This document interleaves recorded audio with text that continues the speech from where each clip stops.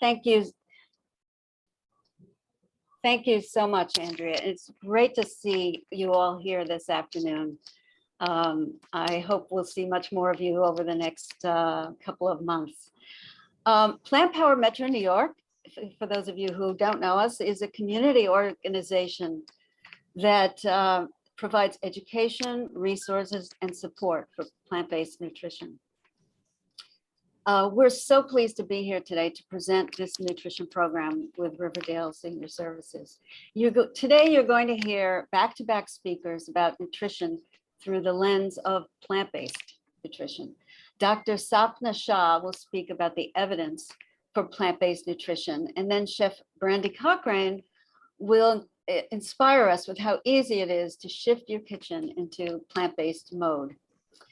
This, as Barbara and Andrea have mentioned, this is a kickoff for our Food for Life program. The Food for Life program is a 4-week series of 2-hour sessions, each of which will provide a deeper dive into how a healthy plant-based diet can address the various chronic diseases which we all face as we're aging. Diabetes, cancer, heart disease, high blood pressure.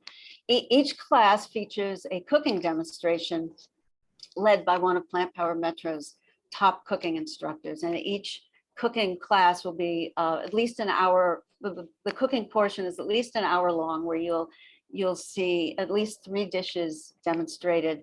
And each class is interactive. We have lots that will be going on in the class. So people tell us the 2 hours flies by. People usually want to stay longer rather than not. So we hope you'll join us for these classes. To sign up for the Food for Life classes, we will ask that you'll fill out a questionnaire that'll help us understand your interests and your needs. And Margie is going to be sending the link to the questionnaire in an email, I think later today. So let's get started. First, I'd like to introduce Dr. Shah. Dr. Sapna Shah is an assistant professor at NYU School of Medicine and a practicing internist at Bellevue Hospital in New York City.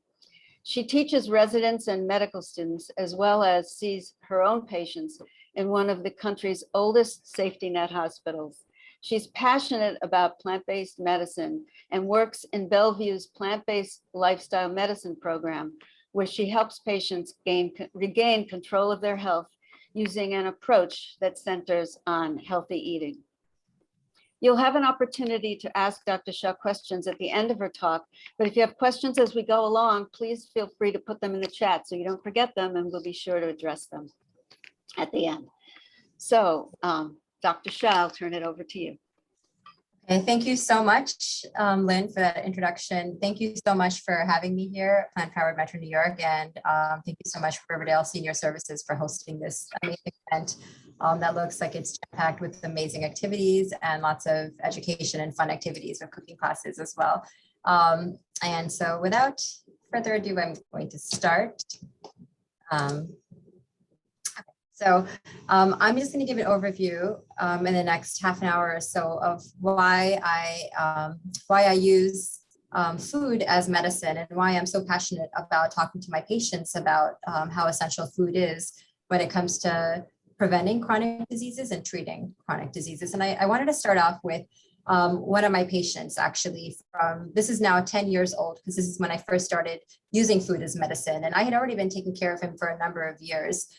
He was at that point a 48-year-old medical assistant who had diabetes for several years, high blood pressure, high cholesterol, and obesity. And over the years, his diabetes had been progressing, and he was requiring increasing medications.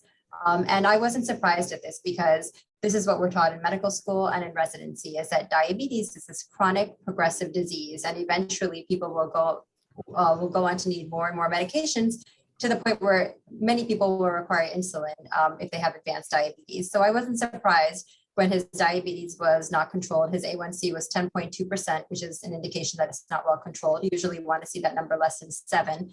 And he agreed to start insulin at that point, and quite reluctantly, but he did agree. And 3 months later, his numbers were much better. His A1C was now better controlled, 7.6%, which was closer to our goal.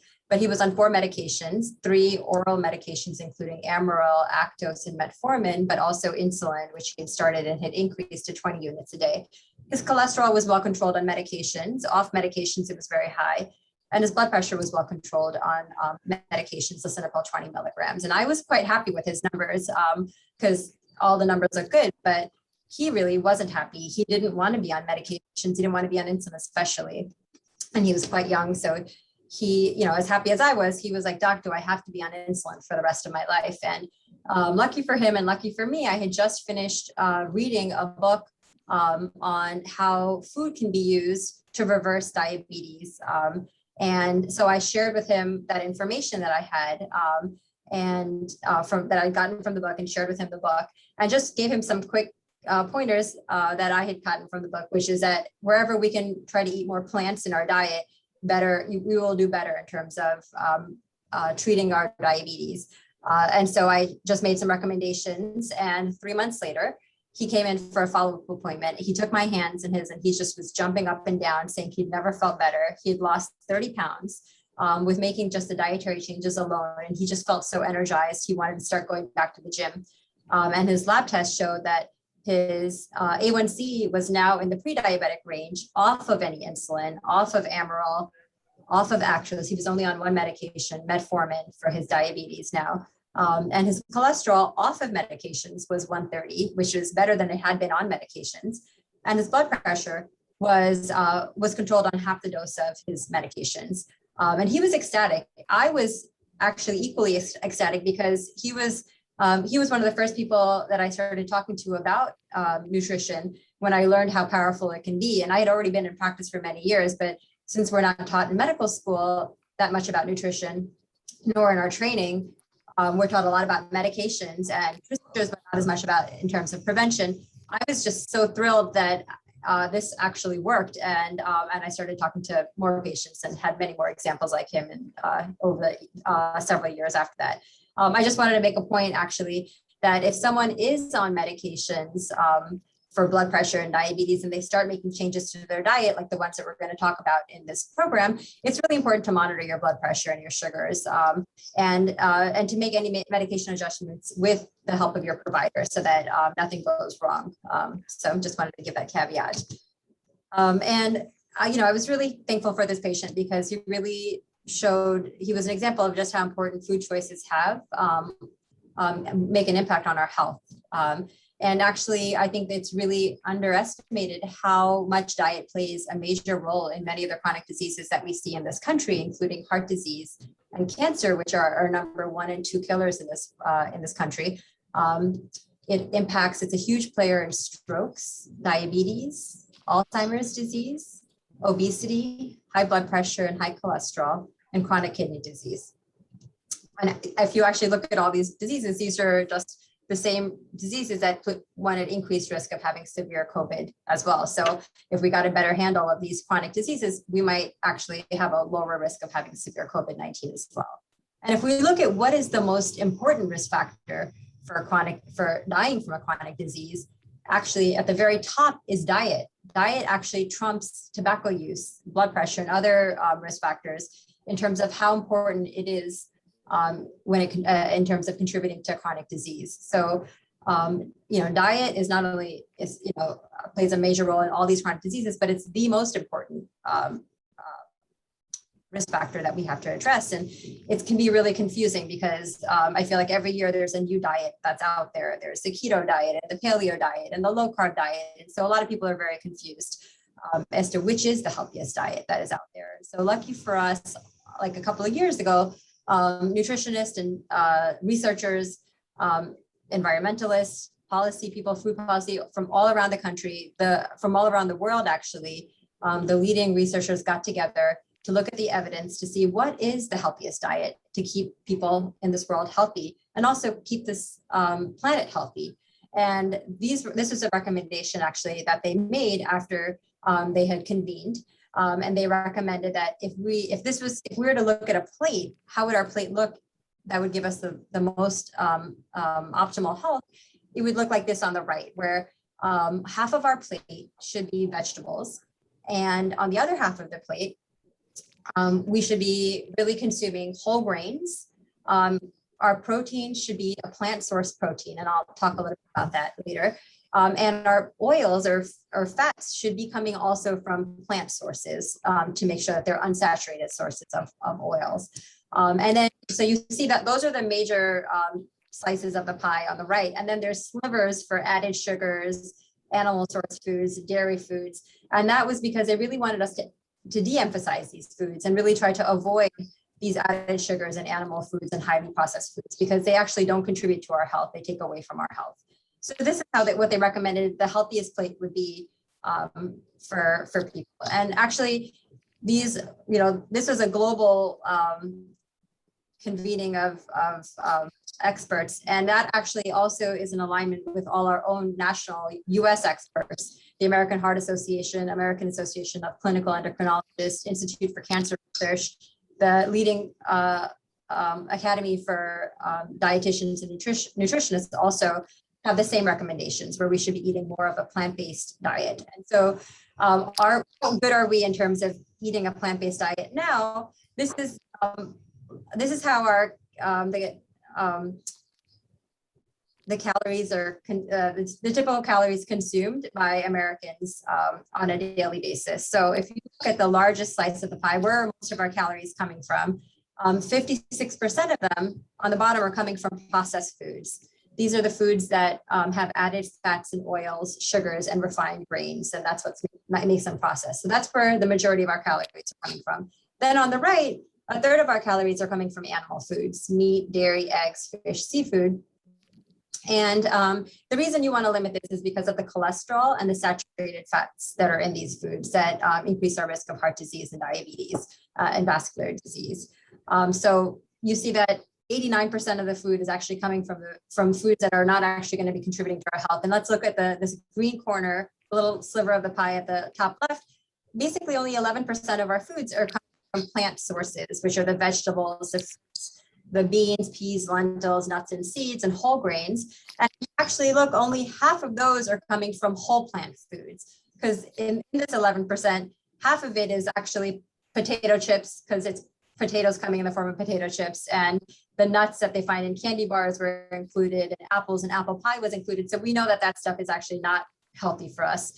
So if you really wanted to look at what percentage is coming from whole plant foods, only really 5% of the calories that we consume are really contributing to our health. And the rest of it is really taking away from our health. And so when you translate that plate, when it talks about whole grains and plant sources of protein and plant sources of fat, what does it mean? It really translates to eating more plant-based foods. And these include beans, lentils, and chickpeas, which are excellent sources of plant proteins, whole grains, such as oats, brown rice, quinoa, whole wheat. And these are also sources of protein, but also excellent sources of fiber, as is beans, lentils, and fruits of all kinds, vegetables, nuts, and seeds. And they really wanted to, what do we want to de-emphasize in our plate is eating less animal-based foods and highly processed foods. And the definitely ones you want to avoid are the processed meats, which are the bacon, sausage, ham, cold cuts, etc. By definition, processed meats are meats that have been salted, preserved, smoked, cured. And the process by which this is done actually is, it makes it even more harmful for our health. And processed meats not only contribute to cardiovascular disease, but it also contributes to cancer as well. We also want to cut out as much as we can beef, pork, and lamb. These are red meats. Chicken and fish, you really want to limit as well. And this is always tricky because while it is better than processed meats, and so people think it's healthy, if you actually can substitute it for the foods on the left, you'll even find more health gained. So if you had to have meat, poultry and fish is healthier than processed meats, but even healthier than poultry and fish is the foods on the left-hand side of the column, which are healthier sources of protein, because it's protein mixed with fiber and not any of the saturated fat and cholesterol that you'll find in the foods on the right. You also want to eat less dairy products, less eggs and less ice cream. Again, these are the highest sources of saturated fat in the American diet, and that's what's contributing to the heart disease and insulin resistance and diabetes in this country. And we really want to take out as much as we can the processed foods, the white breads, the crackers, the bagels, the donuts, the white rice. This is the foods that not only increase the amount of calories that we're eating, because oftentimes you don't feel full eating a normal amount of, you won't feel full on these foods, but it's also just a lot of the nutrients have been stripped from these foods. And obviously, all the added sugars and chips and candies and snack foods because of all the extra calories and the risk of diabetes as well from eating these high sugar foods. So, what does a plant-based diet actually help lower your risk of? Well, it definitely has been shown to reduce your risk of heart disease. And if you have heart disease, it's even been shown to reverse some of the heart disease if you stick to a whole food plant-based diet, which is really exciting because even medications don't reverse the disease, it just slows the progression of heart disease. So this is incredibly exciting if someone has heart disease to know that your health is actually in your hands and by the food choices we make. High blood pressure can definitely be treated with eating a plant-based diet, as well as high cholesterol. Type 2 diabetes improves on a plant-based diet. You can reduce cancers on a plant-based diet. Inflammation goes down. So a lot of people will have less pain and more energy on a plant-based diet. Constipation and the complications of constipation, like diverticulitis, GERD, abdominal pain, will all improve by improving the amount of fiber in your diet and reducing the constipation. And a plant-based diet, those who follow a plant-based diet have been shown to have the lowest weights overall. Chronic kidney disease also improves and can be prevented on a plant-based diet. And then I just wanted to put as a little reminder for myself that brain health is really important. And especially as we're all getting older, we really want to make sure that we enjoy our years with as much vitality and with the independence that we had when we were younger. And our brain obviously is very important to this. It's a very vascular structure and it consumes a quarter of all of our energy, this tiny organ over here, and up to half of the oxygen that we take. And it requires really good circulation to bring the fuel up to the brain and a lot of antioxidants to treat the inflammation that's ongoing in our brain. So what are the foods that can do this? It's a plant-based diet. Oftentimes we think that if we have a history of strokes in our family or Alzheimer's, that our genes will determine our destiny, but we know for sure from a lot of the studies that while our genes might put us at increased risk, it's our lifestyle that plays a huge impact and actually is more important than our genes in terms of determining our whether we come down with diseases or not. 3/4 of strokes can be eliminated by making healthy lifestyle choices that include not smoking, exercising regularly, and eating a healthy plant-based diet. And just a note that for every 7 grams of fiber that we eat a day, you reduce your risk of strokes by 7%. And fiber is only found in plant-based foods. Even Alzheimer's, something that I think a lot of us used to think that it was just really mostly genetics that determine Alzheimer's. Even this can be reduced by our lifestyle by 50 to 90% based on following a healthy lifestyle that includes a plant-based diet, moving regularly, making sure we're sleeping well, that our stress is managed well, and that we're connecting with others. So these are all very important aspects of lifestyle to focus on. And this is just there's so many reasons why a plant-based diet works, but I'll just touch on some of them. But first and foremost is fiber. It's fiber only comes from plant foods. And we used to think fiber was this inert substance that just really helped people move their bowels. But we've learned over the last decade that fiber is actually incredibly important for the functioning of our, to get healthy gut bacteria. And that's bacteria that live in our colon that actually, if you have healthy gut bacteria, it'll promote a healthy metabolism. It'll decrease the inflammation in our bodies. It improves our immune system. Actually, like most of the immune system resides in our gut, and that functioning of that immune system relies on that gut flora being fueled by plants. So Fiber is incredibly important for that reason. Also, if you're someone who has diabetes, fiber actually reduces the absorption of the sugar into your bloodstream. So it doesn't get absorbed rapidly into your bloodstream. And it makes you feel fuller. And then that fiber gets eaten by like that gut bacteria and produces compounds that actually work like our diabetic medications to improve our metabolism. So fiber is it's an extraordinary substance that you find in plant-based foods. Plant-based foods like fruits and vegetables are also very high in antioxidants, and our body is constantly undergoing chemical reactions that produce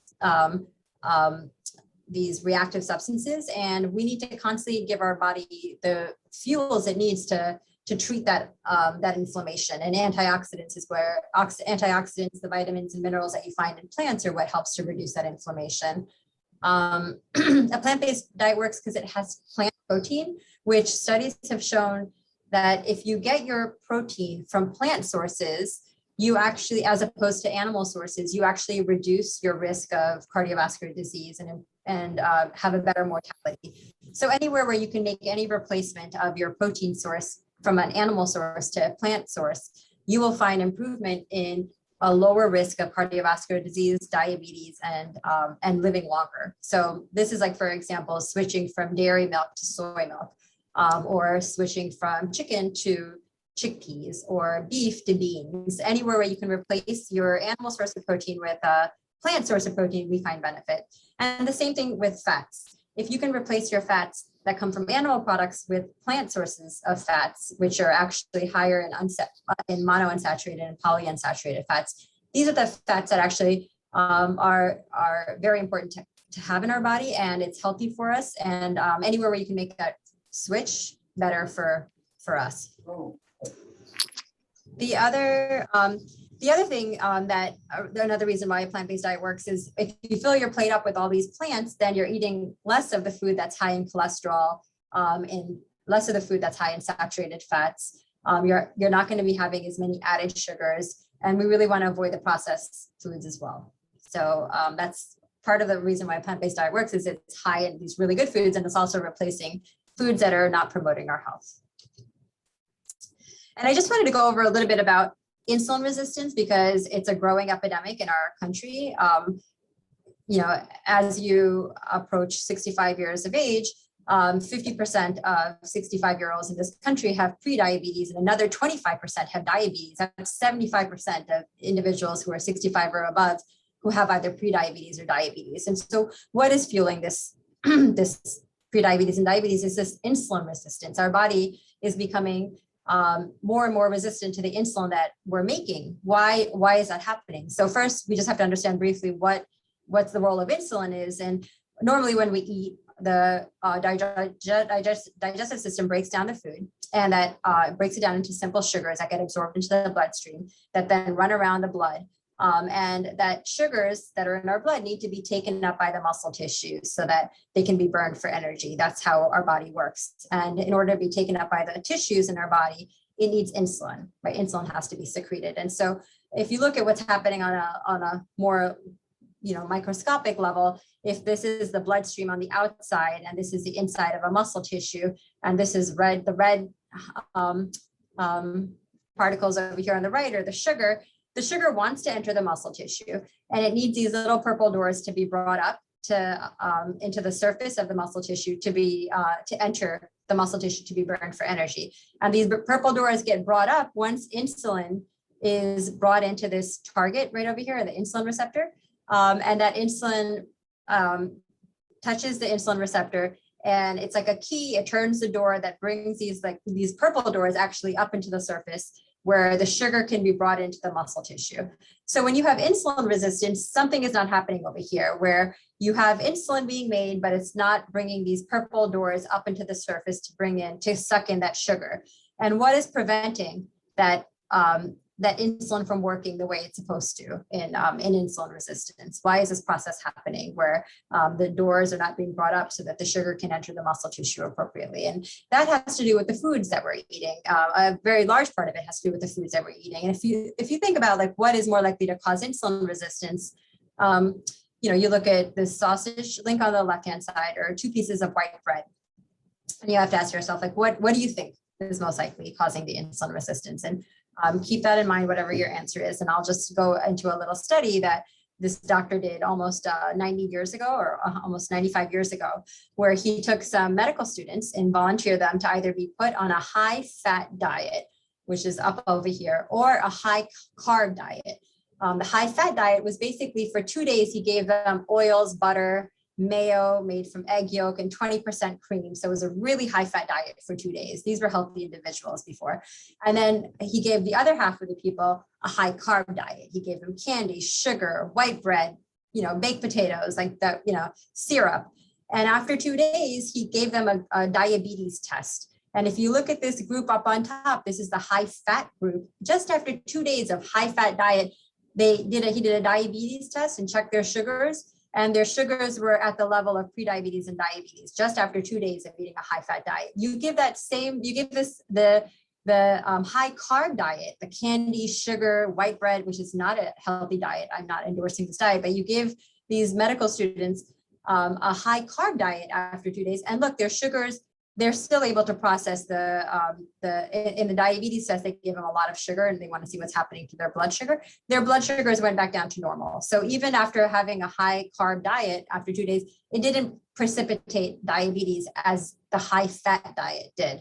Again, I'm not endorsing a high carb diet that's like this, where it's sugar, candy, processed foods, because overall this diet is not going to promote health. It's a very inflammatory diet. But just you see what is contributing to the insulin resistance and diabetes is actually the fat. And if you go back to this picture over here, for insulin resistance, it's the fat that's in our muscle tissues and in our tissues in general that are preventing the insulin from working. The insulin is hitting the target the way it's supposed to, except then it's all this fat inside the muscle tissue is preventing these doors from being brought up to take in the sugar. And then the sugar gets built up outside, the sugars start to rise, you start having prediabetes and then diabetes. And so what is the treatment? The treatment is really just taking out this fat from our diet, taking it out from the foods that we're eating, specific types of fat. The specific type of fat that causes insulin resistance is saturated fat, which is I'll go over where you get that from. But by taking out the fat in our diet, we're going to be helping to reduce insulin resistance. We also want to reduce any excess fat on our bodies, because that excess fat also can get into these muscle tissues and cause insulin resistance. So you want to be able to keep your weight at a healthy weight by eating healthy and exercising, moving regularly. So just to go into what are the components of a plant-based lifestyle. And here what we're talking about is, the fruits and the vegetables, the healthy proteins, healthy carbs, and healthy fats from plant sources. And I just want to go into a little bit on that. Let me see how much time. Okay. So for fruits and vegetables, how much is oftentimes a question. How many fruits and vegetables? Well, you should aim for at least 5 vegetables a day, fruits and vegetables. But the more you have, up to 10 fruits and vegetables a day, you will lower your risk of cancer, heart disease, and premature death. So anywhere where you can increase the amount, you see benefit.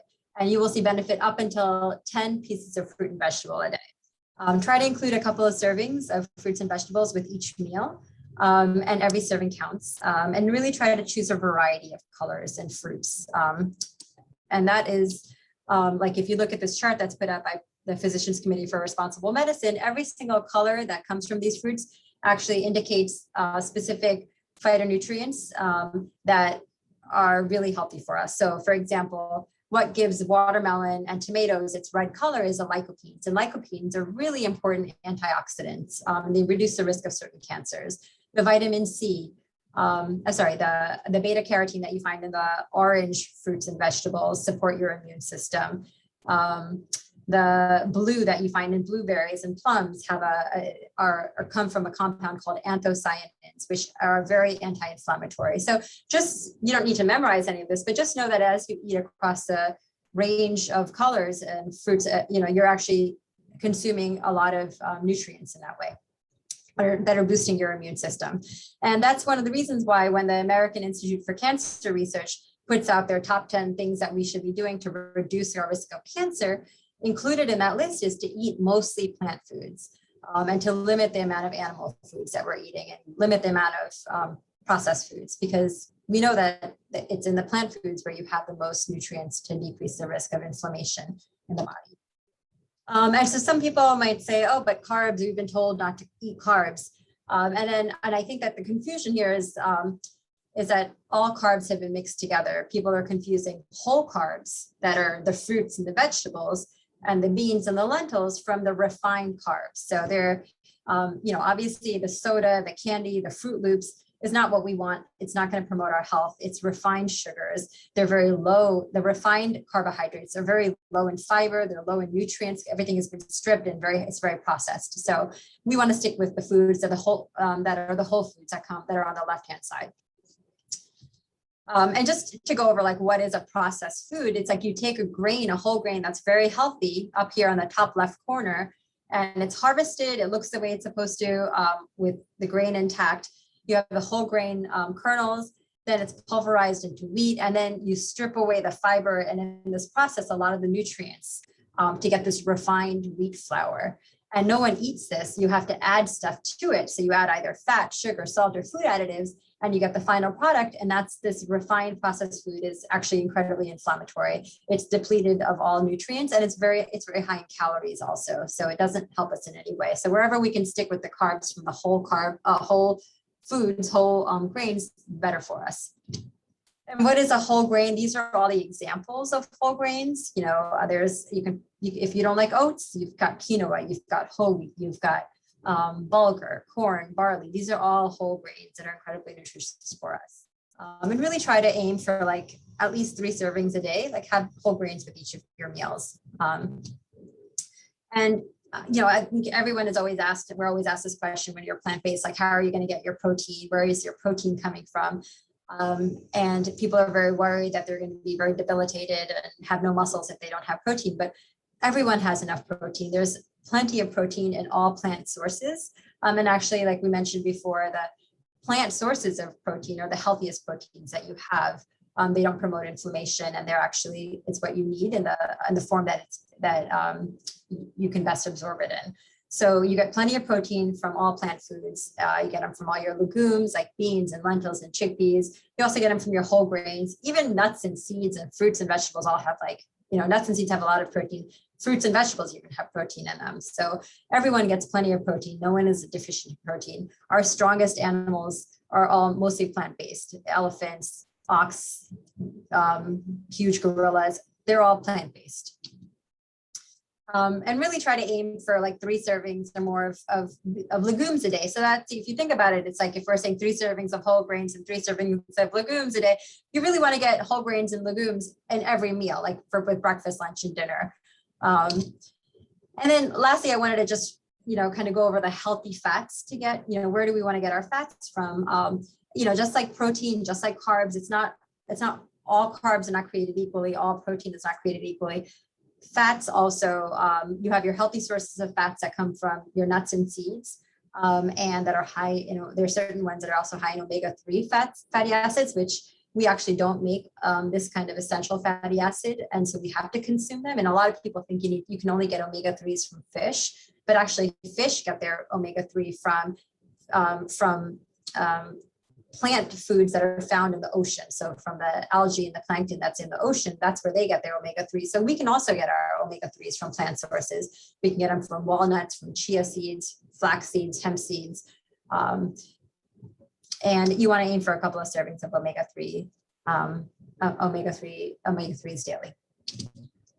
The unhealthy fats in the diet are the ones that come from saturated fats. Saturated fats are mostly in the same foods that you'll find cholesterol, like in the processed meats, the red meats, the poultry, and the dairy products. But you also find saturated fats in coconut oil and palm oil. So you really want to avoid these oils when you're cooking. Unhealthy fats, these saturated fats, are what directly contributes to heart disease, strokes, and type 2 diabetes. So anywhere where we can replace that with plant fats, all the better for us. This is just 5 myths about eating plant-based. Some people are very worried, especially if they have diabetes or pre-diabetes, that fruits are dangerous to eat because it has too much sugar. But actually eating whole fruits has been shown to reduce your risk of diabetes. And if you have diabetes, the more whole fruits you eat, you have less risk of dying from complications of diabetes and having less complications in general from diabetes. Fruits are actually incredibly healthy. And it's a great source of fiber and plant nutrients. And it's just important to avoid fruit juices because that's where the fiber has been stripped out of it. And so then you rapidly absorb the sugars. Some people think that eating plant-based is more expensive. It's too expensive, but it's actually some of the healthiest foods out there are the least expensive, such as like rice and beans. And we would just say avoid eating a lot of the prepackaged convenience foods because those are the ones that usually cost a lot of money. Some people are worried that carbs might make you gain weight, and it's not carbs. It's just eating too much food of any amount can cause you to gain weight. But actually, if you eat a whole food plant-based diet and you're getting plenty of fiber, which is the one nutrient that everyone is deficient in. Only 3% of Americans have sufficient fiber in their diet. So if you are getting fiber, you'll actually fill up with fewer calories. And some people think you can't get enough protein without meat, but I just wanted to reassure everyone that that's just false. Most Americans, whether you're following an omnivorous diet or a vegan or vegetarian diet, you're getting plenty of protein. You just want to get your protein from a healthy source. That's the most important part. And you don't need a lot of vitamin supplements if you're going plant-based. The only thing I would say to be cautious of is making sure you take a vitamin B12 supplement if you're completely removing animal products from your diet, because B12 is made from bacteria that live on animal products. And so if you're not having any animal products, you're not going to have that production by the bacteria of B12. So you should get B12 1,000 micrograms a couple of times a week. And that's basically the most important supplement to take if you're following a whole food plant-based diet. I work at the Plant-Based Lifestyle Medicine Program with this amazing team of physicians and dietitian and a health coach who help people not only follow a healthy diet, but we also know that if you're stressed, if you're not sleeping well, if you're not moving, all these things contribute to inflammation in our body and chronic diseases. And so we try to address the whole picture here with not just, it's focusing on diet, on a plant-based diet, but we also try to address reducing people's stress and improving sleep and movement and connections that people can make, because we know that those are the things that really promote health and wellness. And just wanted to thank again Plant Powered Metro New York for everything that they do in the city to promote plant-based eating. And I would just check out their website. And you, of course, are going to be hearing a lot more from Plant Powered Metro New York and from the chefs about how to prepare these foods. Thank you, everyone. Thank you so much, Sapna. That was really terrific. And we do have a few questions for you. And I just would like to tell everyone that Dr. Shah is going to be leaving at about 2. So if you have any questions, please be sure to bring them up now rather than at the end. So first question is for you, Dr. Shah. Why is there such a resistance by doctors to taking you off a cholesterol and blood pressure medication, even when the numbers are constantly now within normal, citing other benefits of the medication?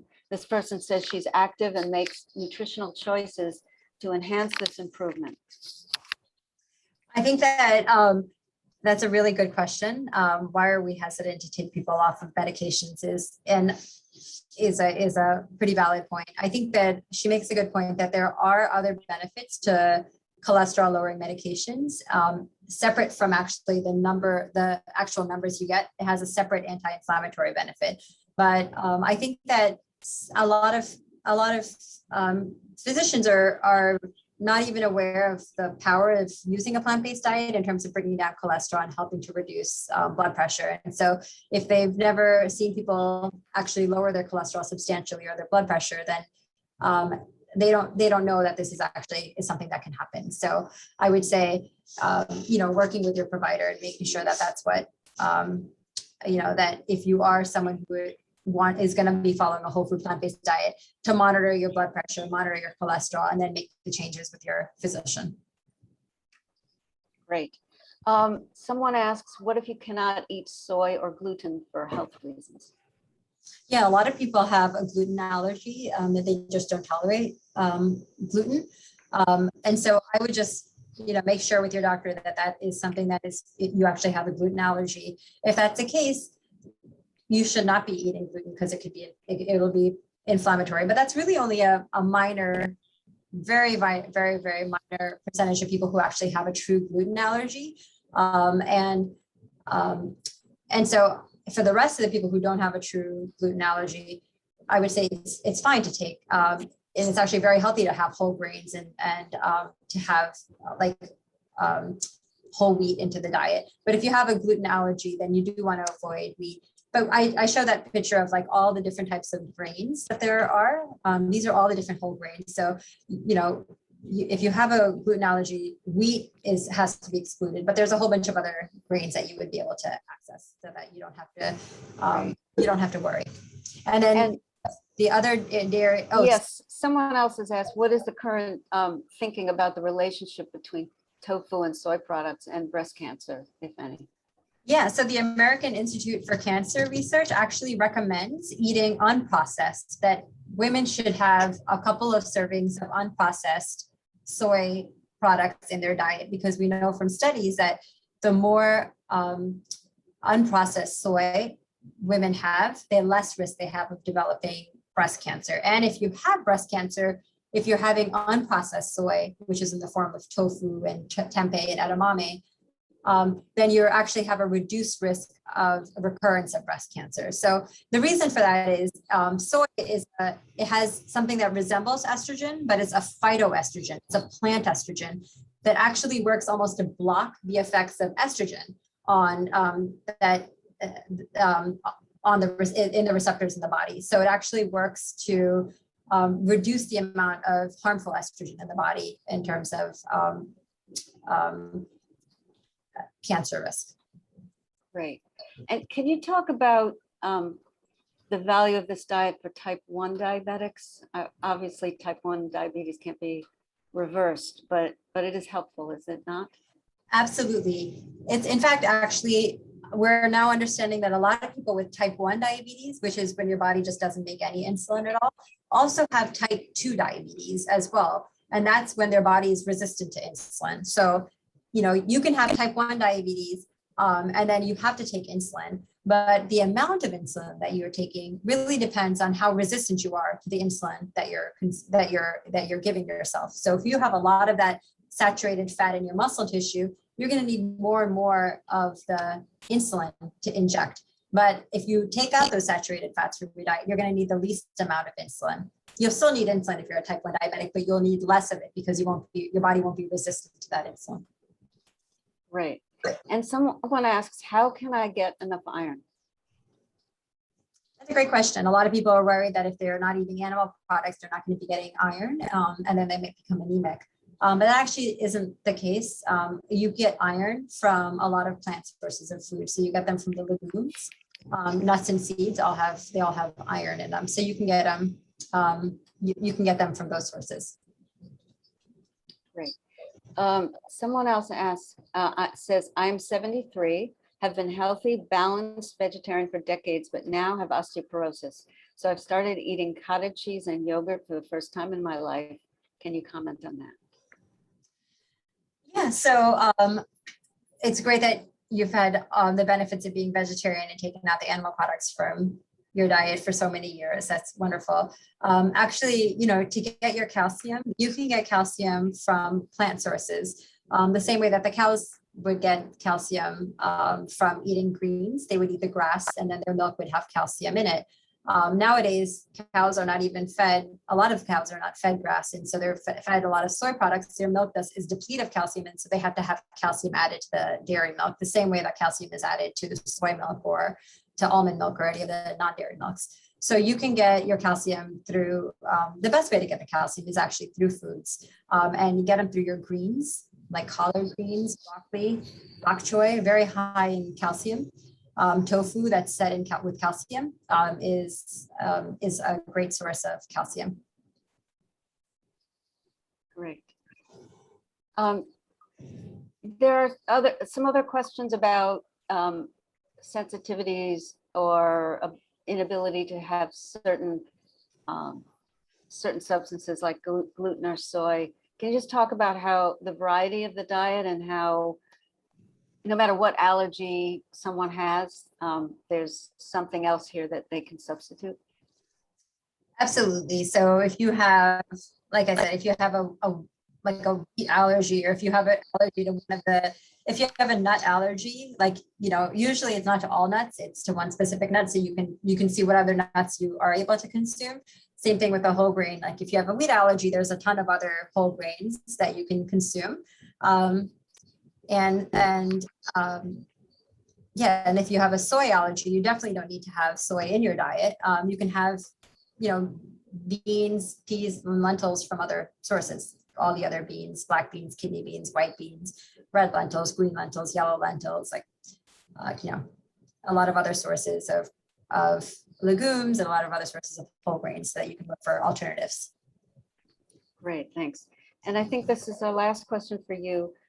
What are your thoughts on faux meat and faux cheese? Oh my God, that's a great question. Explosion of faux meats and faux cheeses, like plant-based meats and cheeses. And I'm gonna give a kind of a nuanced answer. In terms of promoting our health, you want to try to stay away from a lot of these processed fake meats, because a lot of them, are very high in oils. And so while we're trying to reduce our chronic disease, like diabetes, by reversing it with reducing fats and saturated fats that you find in animal products, if all of a sudden we start consuming a lot of plant fats, like in coconut oil or palm oil, we're not really doing anything to promote our health.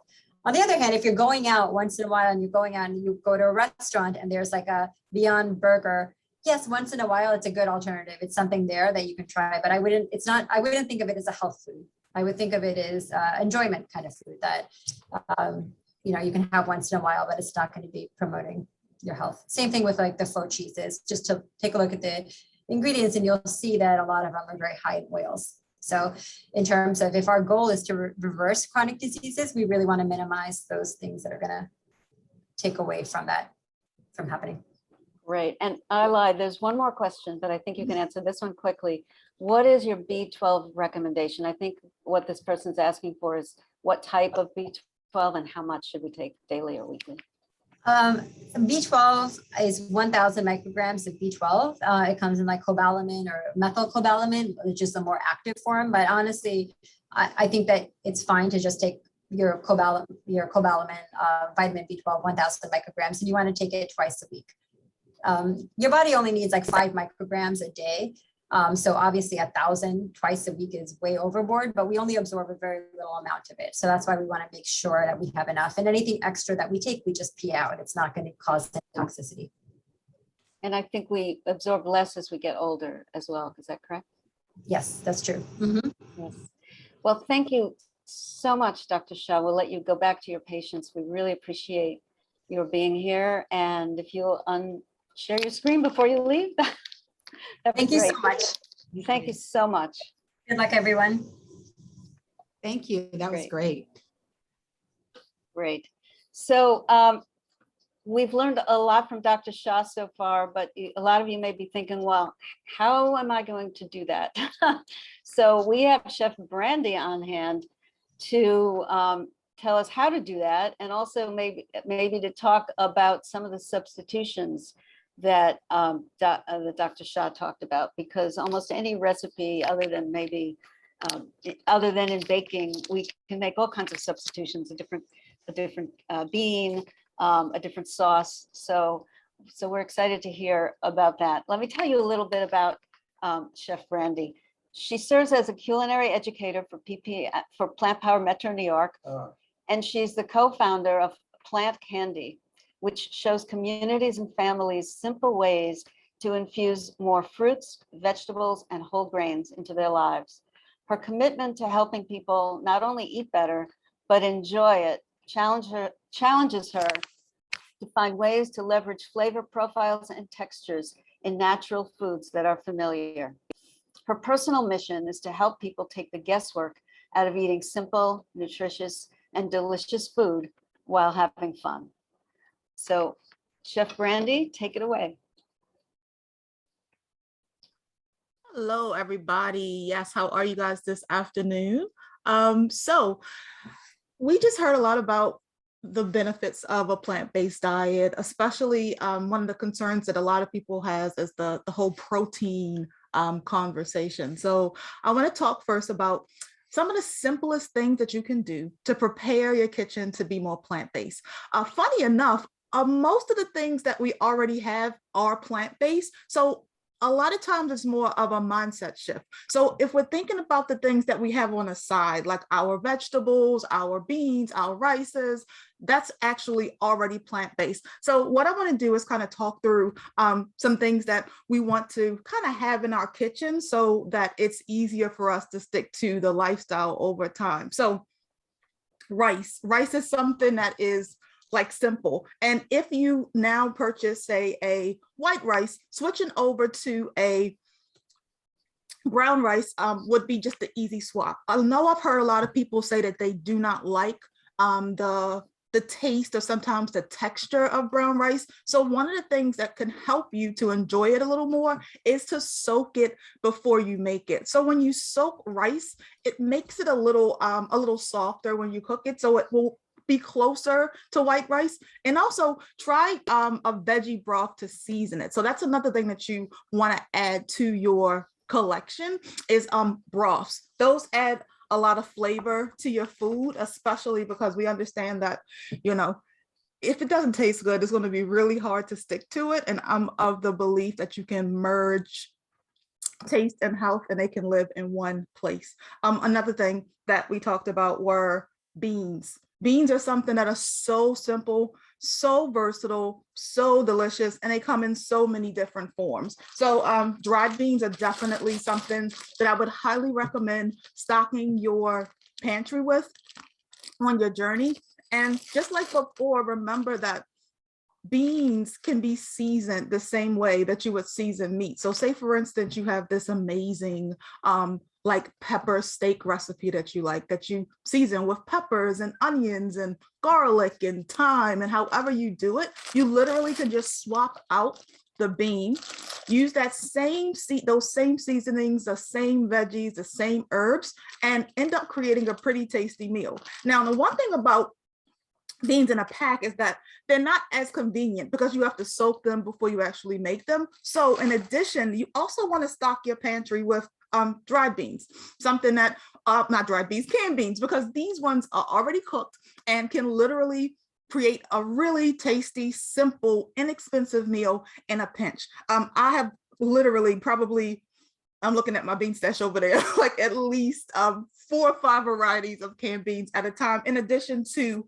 the dried beans that I have as well. In addition to beans, I love to keep lentils around. And there's so many types, like red lentils, yellow lentils. I had some brown ones, but they're all gone. But the beauty of lentils is that lentils has such a close texture to ground meat that it is really helpful when you're making things like meatballs, spaghetti sauce, and you're looking for like that kind of ground meat texture, tacos, anything like that. And it's a great source of fiber and protein, which is one of those things, well, those 2 things that we want to always make sure that we get. Like before she said that protein was something that we're really concerned about, but it's really, as protein all over the place. Funny enough, when I was looking through my cabinet to show some things that you could just purchase, this is a blend of grains that happen to be like put together as like protein rich. And what's inside of this? Simply lentils, brown rice, and quinoa. So when we're concerned about protein, but it's really not something that we want to be concerned about. So definitely beans, simple grains that you can find anywhere. And another key to swapping over your kitchen is spices. Now, a lot of times people don't like food because they don't like how it tastes, but the only way food tastes good is if we make it taste good, right? If you take a piece of chicken and you put it in a pot of water and you boil it, you don't put any seasoning on it, not gonna like it. So the same thing's gonna happen if you take tofu, put it in a pot, don't put any seasoning on it. You take broccoli's a little different. I think broccoli tastes good regardless, so that might be a little different. But you know, there's some things that if you just dump them in a pot of water with no seasoning, you're not gonna like them. So remember, like, make this an enjoyable experience. You want to enjoy what it is that you're eating, because if you don't, you're not going to stick to it. So don't be scared of spices. I know on this Food for Life journey, they talk about we take out oils, we take out salts, right? So what do we do to replace those things? So definitely one of the spices that I love to use and recommend to have on site is cumin. Cumin is really, really nice. It adds a nice, like savory flavor is probably something I would definitely say. So keep that around. Smoked paprika, another another key in the plant-based kitchen arsenal. I always tell the story. Growing up, we didn't have smoked paprika. I'm not saying it didn't exist, but it never came into my house. We only just had regular paprika. And I thought paprika was just like this throwaway spice that only showed up to like garnish deviled eggs and potato salad. Hence, get into plant-based living and figuring out how do we add more flavor to foods and find smoked paprika. And it really changes your life. So it adds like this really nice meaty flavor, smokiness, and it's really flavorful. So I would recommend some smoked paprika. You can put it literally almost on anything, grains, beans. It's really yummy. Garlic powder, nothing fancy about garlic powder. It just adds, yet again, another layer of flavor without the salt. Onion powder is also going to be your friend when we're talking about not adding salt. It's something about onion powder that replaces the need for salt in a dish. So definitely add this to your pantry. And simple, good old pepper. There's a ton of pepper, but black pepper is something that literally just a little bit will change your experience with a dish. Now, another thing that I would also have you to add to your collection would be vinegars. Now, vinegars are something that I know, like I say, growing up, literally we would use white vinegar, apple cider vinegar, and at some point red wine vinegar showed up to the party. But when we're in this space where we're trying to figure out how do we continue to add more flavor to food without adding unnecessary fats, unnecessary calories, unnecessary random ingredients, vinegar is your friend.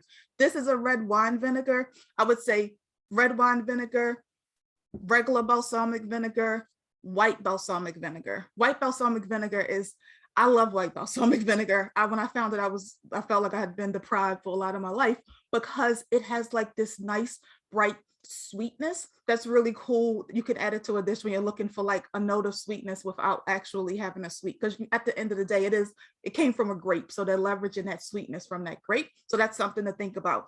Also, as we explore oil-free cooking, vinegar is going to play a huge role in that, especially when you are sauteing vegetables. If something sticks to a pan, you can use the vinegar to lift it off of the pan if it sticks.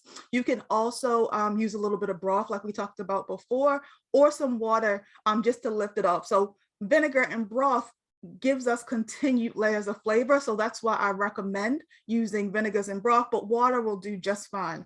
And last, before I get into the cooking portion, I want to really encourage us to do frozen vegetables, like frozen vegetables. I mean, there's conversations about fresh versus frozen, but the one cool thing about frozen vegetables is, number one, they're frozen at the peak of freshness. And number two, they last longer than, say, your fresh vegetables.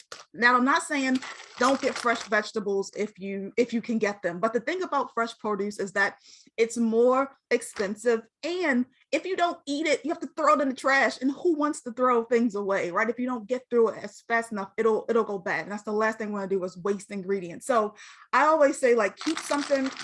My staples are, what is this? Spinach, green beans, broccoli. I also have some corn, and one of my new additions to my collection has been these sweet potatoes. And it's really just simple ways to make sure that you always have something quick. And these are great to mix in with your dishes. So say, for instance, you're making a rice and you want to add in some extra fiber. You want to add in some extra veggies. You can throw some rice and some corn and some spinach in with that. Say, for instance, you want to have some beans. So you make your beans, and then you can roast some sweet potatoes that you don't have to cut up and peel. And these are great convenience foods, because at the end of the day, if it's hard to make, it's going to be really challenging to stick to. That's why my key is always don't keep things in the house that are too easy. Like the stuff that's really not good for you, if you keep it in the house, you're going to get it, right? So if you have to bake a cake from scratch, you're less likely to have cake versus if you have to just go to the counter, slice a piece and eat it. So that's how I always think when we're talking about keeping our pantry stocked for success, right? So I want to share something really simple with one of my favorite ingredients, a chickpea. The reason I love the chickpea is that, number one, it's insanely versatile. It allows you to mimic multiple textures. And it is not, the chickpea doesn't have to be the chickpea from the salad bar growing up. Now, my experience with chickpeas as a kid is that they were the random things on the salad bar at like Sizzlers or something like that, that you just kind of throw on a salad, right? But the cool thing about chickpeas is that you can manipulate them and do fun, interesting things with them. So I'm going to show you 2 simple things that you can do with a chickpea. So I'll move my camera up just a little bit. Now, this is literally just a can of chickpeas. What I did with these chickpeas, I opened a can, I rinsed them off, I put them in this bowl, right? So this is going to turn into a salad. So what I do is I cut up some peppers, some onions, some parsley, and some red onion. So very simple, you know, nothing hard to find, just some simple bell peppers, a red onion, and some good old parsley. That's all we have here. Going to mix this in to the chickpeas. So already, first off, this freshness smells really nice, which is always a great part of food, like just kind of smelling it and experiencing it that way. And because we eat with our eyes, we always want to try to make things as colorful as possible, right? There's this whole concept of like eating the rainbow. And that is intentional because every color has a different nutrient that you get from it. So it's always nice to kind of have it. And then, like, yet again, the visual piece helps a lot too. So the what do you call it? The seasonings that I'm going to put into the salad, super simple. A little bit of cumin, a little bit of garlic powder,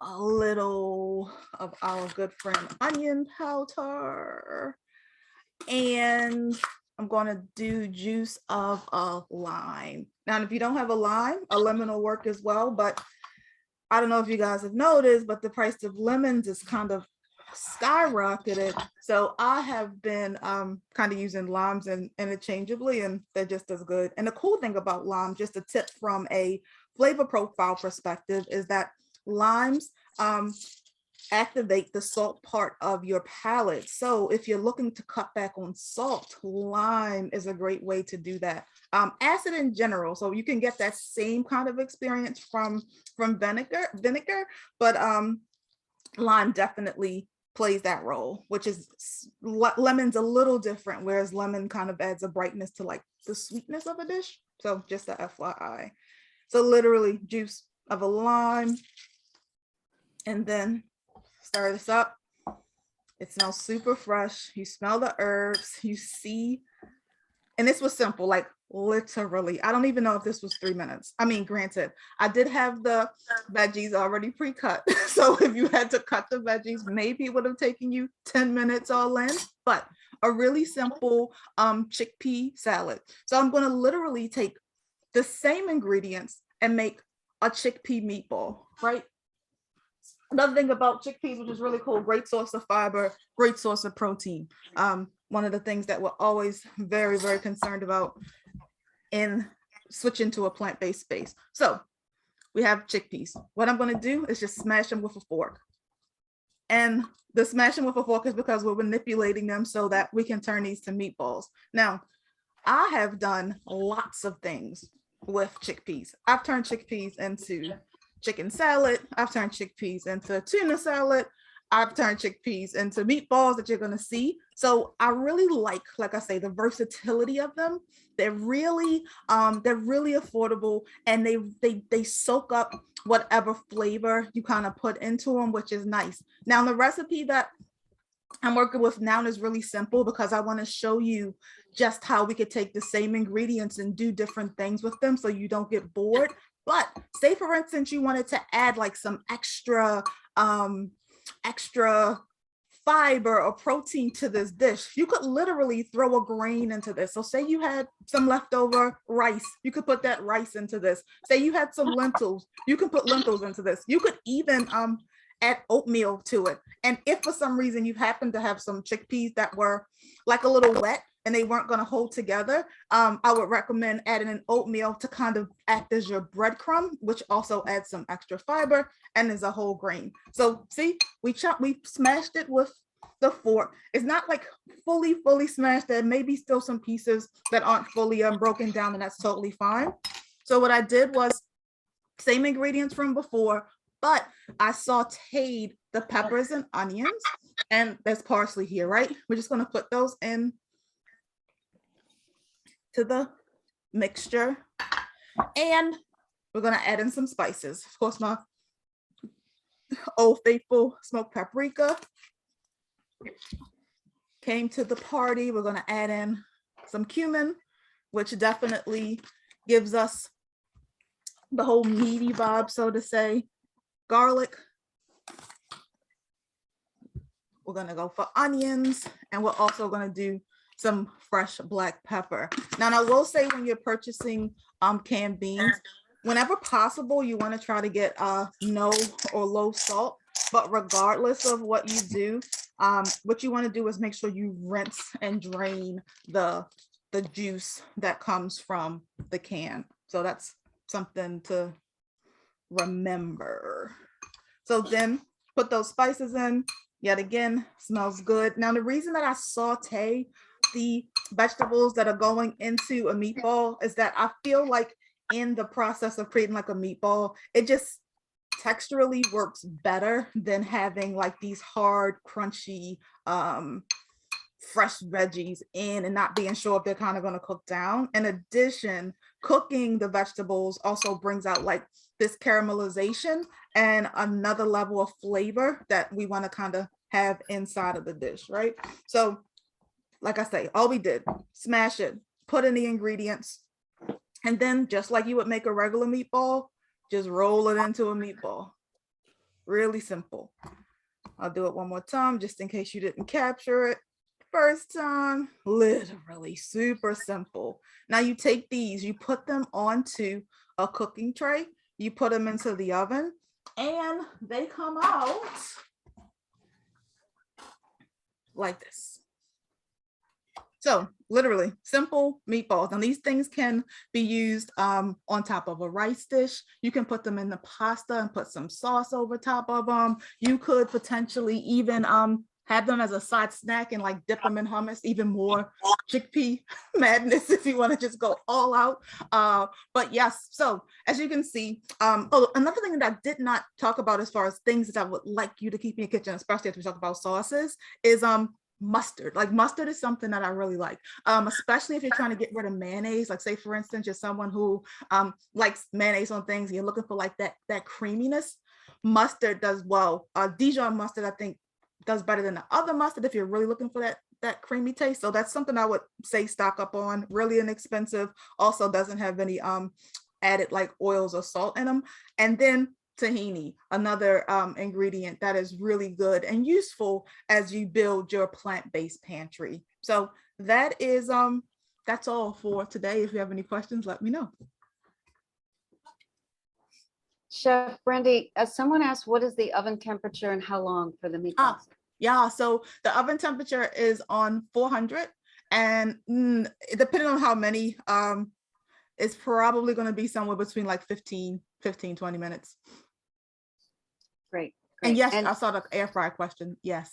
Yes. Could you talk about air fryers? So air fryers are really cool. I don't really know why people want you to put oil in them. You don't have to. You could totally use an air fryer without the oil and get the same effect. And what air fryers do is kind of like a faster roasting kind of convection oven effect. So you end up getting the nice brown caramelization on things. So anything that you are looking to get like that crunch, that bite from, an air fryer can be a great alternative to fried foods. Great. Can you comment on mushrooms? In what way? I love them. I'm addicted to them. So I could talk about mushrooms ad nauseum. So give me some boundaries. ML Platt asked, let's see. I don't know. What can you do with mushrooms? All right, everything. So mushrooms. So mushrooms are an amazing source of the flavor profile called umami. And umami is something that we are accustomed to finding like in meat. It makes us just, it's like all the flavors together with like savory is like umami. And mushrooms have a great texture that mimic meat as well. They add flavor, they add kind of a saltiness, and they add and they add texture. So a lot of times the mushrooms that at least I know I grew up on, were those white button mushrooms that were pretty anticlimactic in my opinion. But if you want to venture out of that, something as simple as a baby bella, also known as a cremini mushroom, really, really helpful. Portobellos are cool. A lot of times people use those as alternatives to say like burgers and things, but they also do really well as like ribs. So like I've done like portobello mushroom ribs, which are really, really cool. You put them in the oven and kind of roast them and then cut them into strips. And the same thing with oyster mushroom. So that's another mushroom that we've been seeing more readily on the market. That's pretty easy to come by. They have more of a chickeny, I guess, texture is probably the best way to kind of put it. But even if you don't like go for the fried chicken oyster mushroom approach, just sauteing them up nicely, it just changes. So mushrooms have definitely changed. Like I've started growing them during the pandemic, so I've literally become really intimately connected to mushrooms, and there's so many different varieties. But to talk through the ones that are probably most accessible, you're going to want to go with your baby bellas, your portobellos, and your baby bellas, portobellos. Shiitake, you can find those pretty easily too. And you're going to find them dry though. And I will say the cool thing about shiitakes is that when you rehydrate the shiitakes with hot water, so they usually come dry, you're going to put them in some hot water. That hot water that you rehydrate them in can be used as a broth. So that's also something to think about as well, where you can leverage that flavor from the rehydration process and use it in your dishes. Right. Someone asks, I like mushrooms sauteed in butter and with regular pasta. How would you change this up to make it healthy? Yeah, so mushrooms don't kill the butter. That's step one when we've transitioned to plant-based. But what's cool about them is that when you slice them and you put them over the pot, like you heat the pot properly, make sure that it's hot, you put them in the pot and you literally don't touch them. You just let them do what they do. They're gonna reduce. There's gonna be some water that kind of comes out of them. They're gonna shrink maybe about at least 25% down.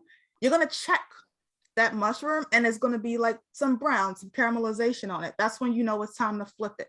Once you flip those mushrooms over, then you can add in whatever seasoning that you were putting on your mushroom. So I know it wasn't just butter. So I like to do garlic as like just kind of a basic garlic, onion powder is kind of and black pepper is like my basic mushroom.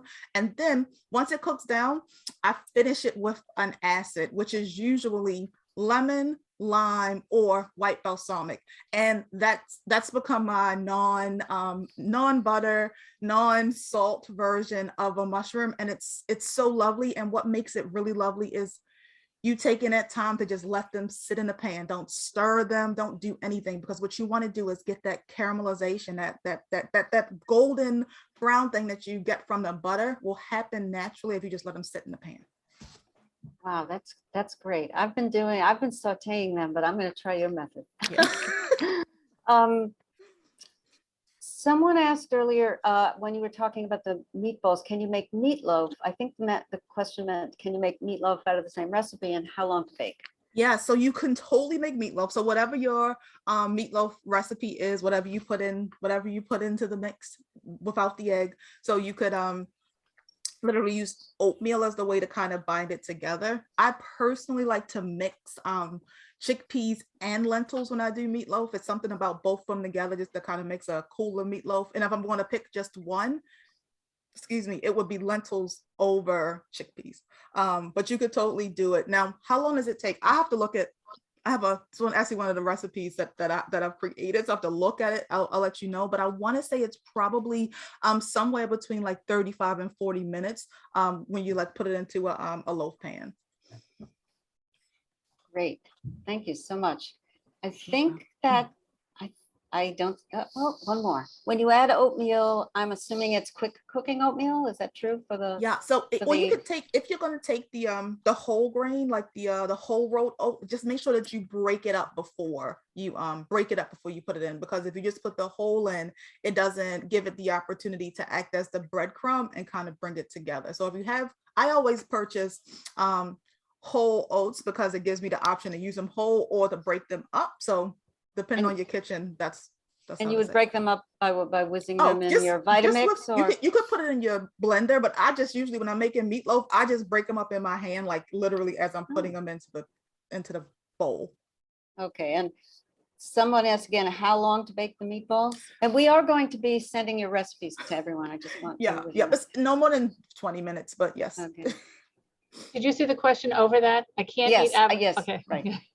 Oh, I can't eat avocado, mushrooms, tahini, or asparagus. Is there enough I can compensate with? Oh, absolutely. Like the plethora of foods that exist in the plant-based space is crazy. And I actually love when I meet people who have like these random allergies. I have friends who have allergies to pineapple and avocado. I have another friend who has a nickel allergy, which is by far one of the most interesting people to cook for as a plant-based person, because nickel is a element that you find in lots of foods, but there's literally so much more, like so much to pick from. Just those 4 things that you unfortunately can enjoy can actually be a fun way to discover things that you probably wouldn't have thought of trying before. Great. And I think this is the last question. Can you freeze the meatballs? And if so, for how long? Yes, you can freeze them. And okay, so I've never had them probably longer than about 2.5 months, just because I go through them. So I can safely say about 2.5 months, and I've eaten them at the end of that experience. And once you heat them up in the oven, they're just as good. Just Elaine, one thing. Does anyone who did not put a question in chat have a question? You can unmute yourself, because not everybody always is able to use chat. Just want to give them that option. Sure. Anybody? I do. I have a question. Uh-huh. If you're not fully plant-based yet and you're using like eggs, is egg something that could kind of help with meatloaf and stuff like that, or no? Or do you just like, we don't say the word egg here?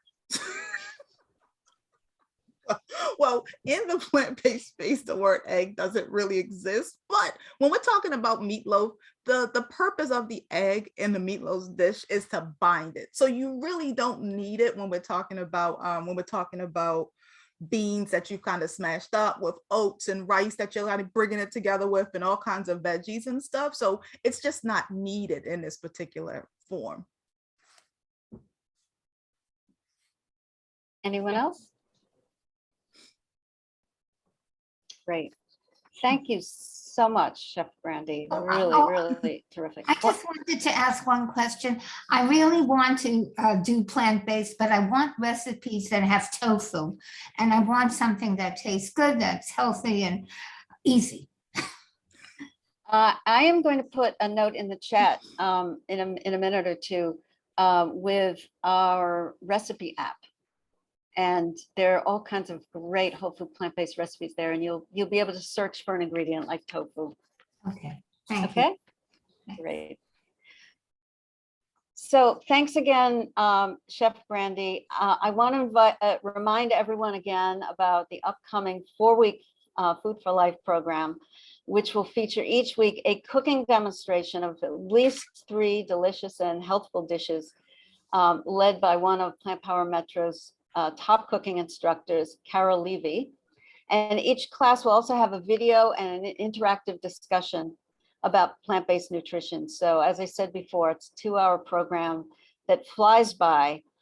Margie will be sending out an email to all of you with the questionnaire that we'll ask you to fill out to register for this particular 4-week series. And we'll also send you the recipes that Chef Brandy prepared today. And I'm just going to put a few links in the chat. This first one is our calendar of coming events, where you can find all kinds of other events, both cooking demos and lectures on various topics. This next one is to join our mailing list. And if you'd like to join our Facebook community, there's the link for that.